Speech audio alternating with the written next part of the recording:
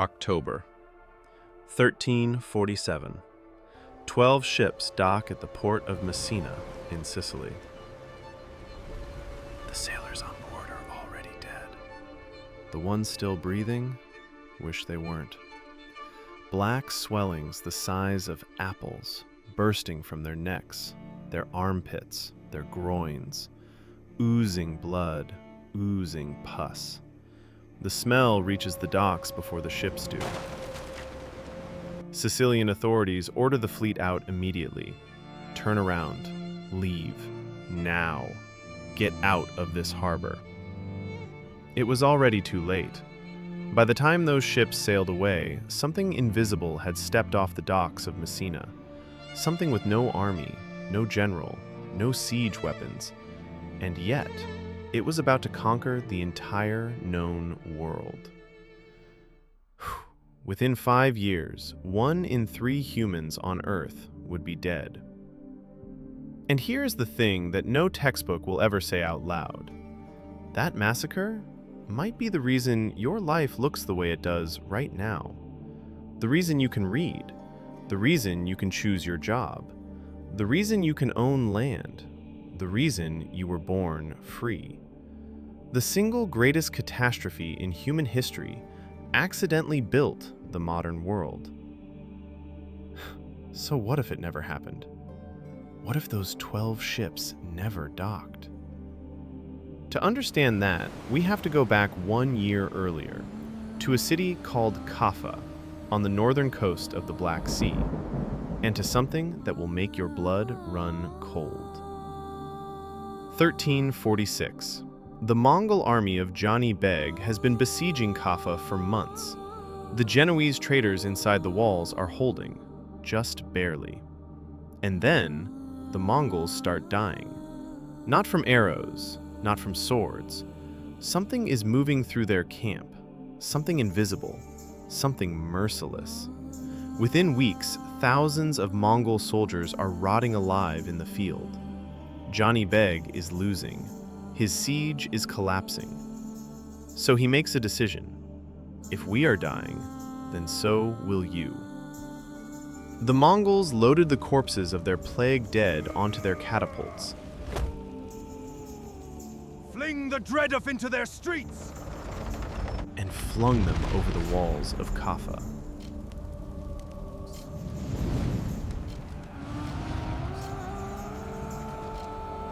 Bodies rained from the sky, rotting, broken, still carrying the invisible killer inside them. The Genoese defenders threw the corpses back into the sea as fast as they could. It wasn't fast enough. The plague was already inside Kaffa, and when the siege finally ended, the survivors boarded their ships and fled toward home, toward Italy. They carried everything with them. Everything. The ships docked at Messina, then Catania, then Syracuse, then Genoa, Venice, Marseille. Every port they stopped at, they left something behind. Imagine what it looked like. A city waking up one morning and seeing its neighbor's door marked with a red cross. A red cross on your door meant only one thing in 1347. Someone inside was dying. Don't knock. Don't enter. Don't come close. Within days, more crosses, then more, then entire streets where every single door wore the mark. Then the bodies started piling up in the roads, because the gravediggers were dead too. Priests refused to give last rites, because priests were dying faster than anyone. Doctors arrived, in long black cloaks, wearing masks shaped like the beaks of birds, stuffed with lavender and vinegar-soaked herbs to keep out what they believed was the bad air. They carried wooden sticks to examine patients without touching them, and they died just like everyone else. Because nobody understood what this was. Nobody had ever seen anything like it. The bacterium, Yersinia pestis, was moving through flea bites, then through the lungs, body to body, like something with a plan. A man could wake up healthy in the morning and be dead by nightfall. Paris reported 800 deaths every single day. Florence dropped from 85,000 people to 35,000. Avignon, the city where the Pope himself lived, lost 120,000 souls. Some villages in France flew black flags from their church towers to warn travelers, "Don't come here. There is nothing left to come to." A Franciscan friar named John Clyn sat alone in his monastery in Ireland, surrounded by the dead.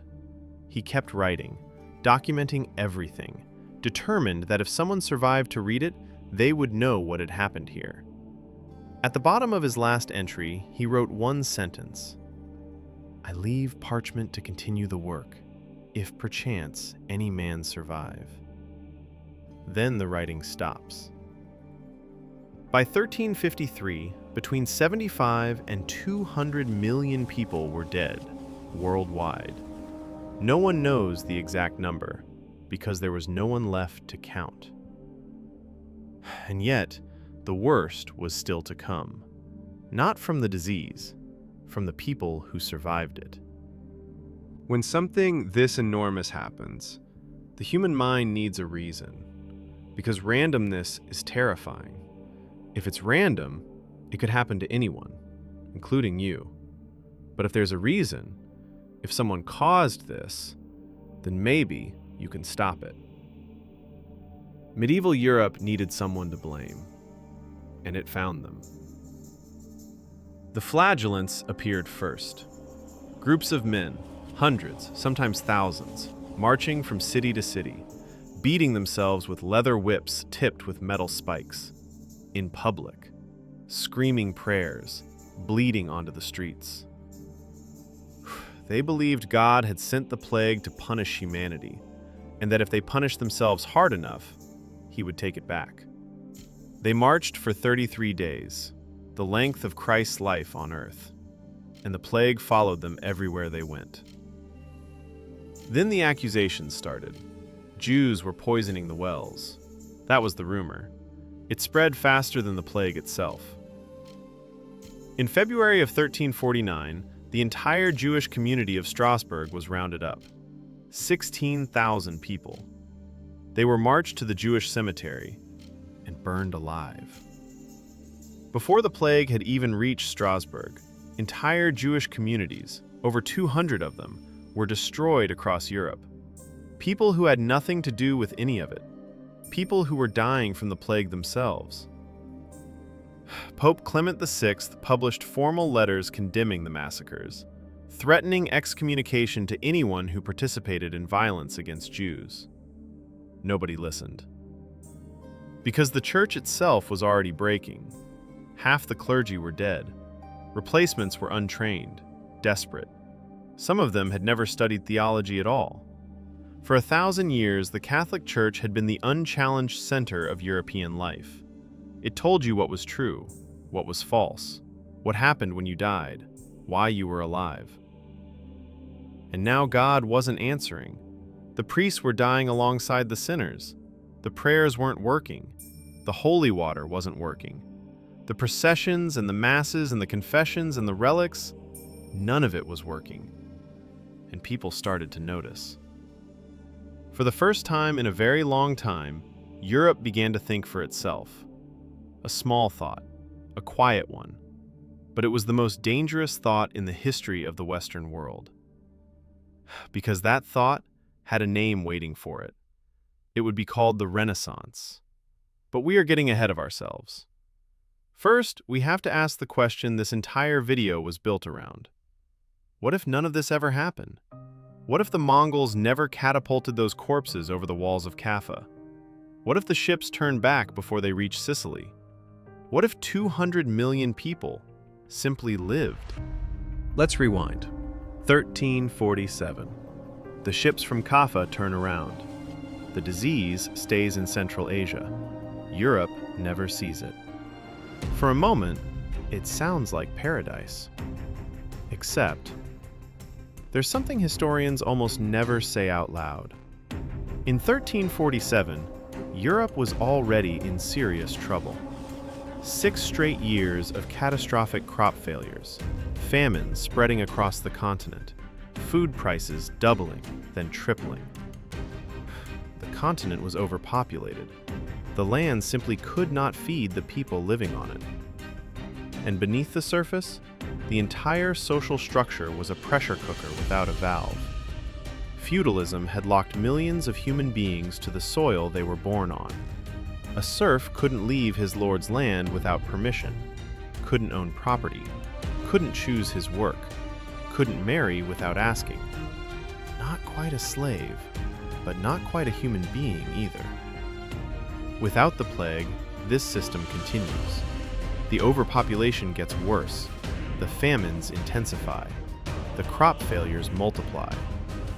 History tells us that without some catastrophic reset, Europe was heading toward what scholars call a Malthusian collapse, a slow, grinding famine that would kill millions, quietly, without changing anything, without creating anything. And the Church? Without the plague shattering its authority from the inside, the Catholic Church continues unchallenged. No crisis of faith, no mass questioning of doctrine, no Reformation. Martin Luther doesn't nail his theses to the door at Wittenberg because there is nothing broken to protest, no wound in the institution, no doubt in the congregation. The monopoly on knowledge remains. The monopoly on truth remains. The Renaissance? The Renaissance happened in Italy for one specific, uncomfortable reason. The survivors of the Black Death were suddenly wealthy. Land that had fed 10 families now fed 3.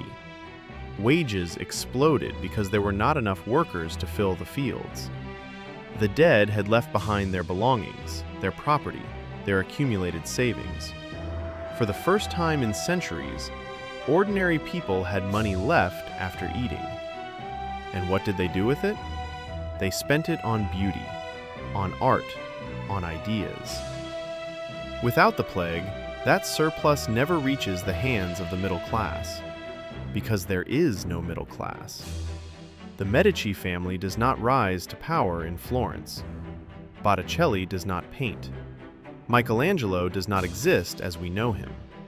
Leonardo da Vinci possibly never becomes Leonardo da Vinci. And the Americas? One argument historians make goes like this. Without the plague driving Europe toward economic desperation, the age of exploration is delayed by generations. Columbus doesn't sail in 1492. Because the hunger that pushed Europeans across the ocean, the desperate need for new trade routes, new wealth, new land, is simply not there yet. In this world without plague, the modern world doesn't arrive. Not yet. Not for a very long time. Europe sits frozen, brilliant and beautiful and completely locked in amber, a continent of serfs and lords and unchallenged bishops. And here is where we have to sit with something deeply uncomfortable, something the history books will not say plainly. The worst thing that ever happened to the human race might have been the price of admission for everything good that came after. Go back to those empty fields. After the plague, a serf walks out of his village, something he was never legally allowed to do. He walks to the next town. He finds a lord who needs workers, desperately, because half his tenants are dead and the harvest is rotting in the field. And for the first time, the serf negotiates. He sets a price for his labor. The lord looks at the empty fields, looks at the man standing in front of him, and pays it. Do you understand what just happened? For 500 years, the powerful had held all the leverage. There were always more desperate bodies than the land could hold, always more starving men willing to work for nothing. And then one morning, there weren't. The labor shortage changed everything. Within a generation, serfdom collapsed across Western Europe. Wages rose, workers moved freely, small merchants grew into wealthy traders.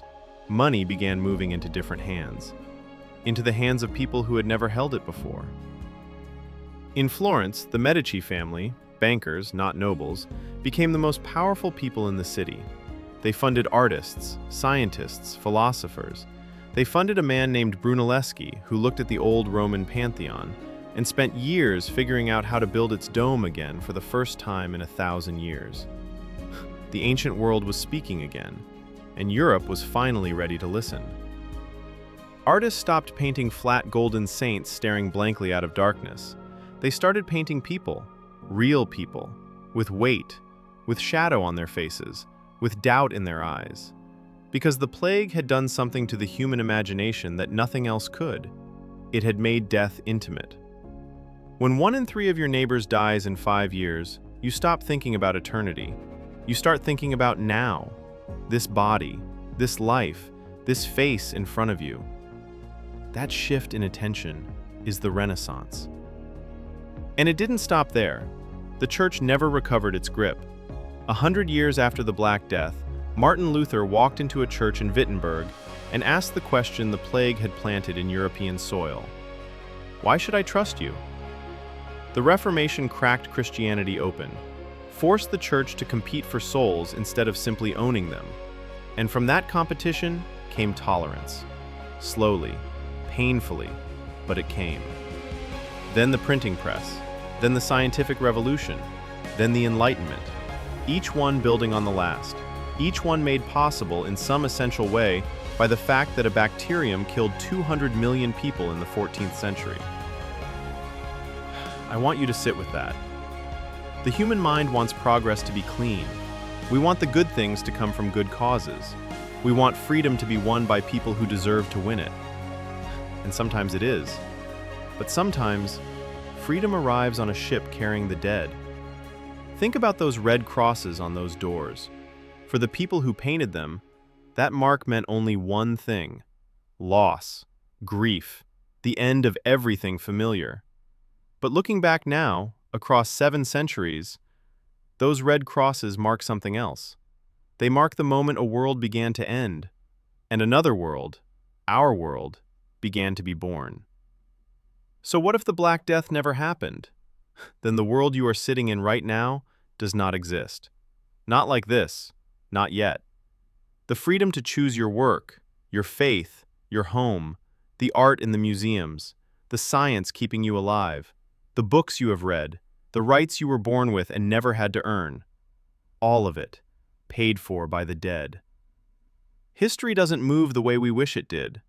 Sometimes the door to the future is the ugliest door on the street, the one with the red cross painted on it. And behind it, everything changes.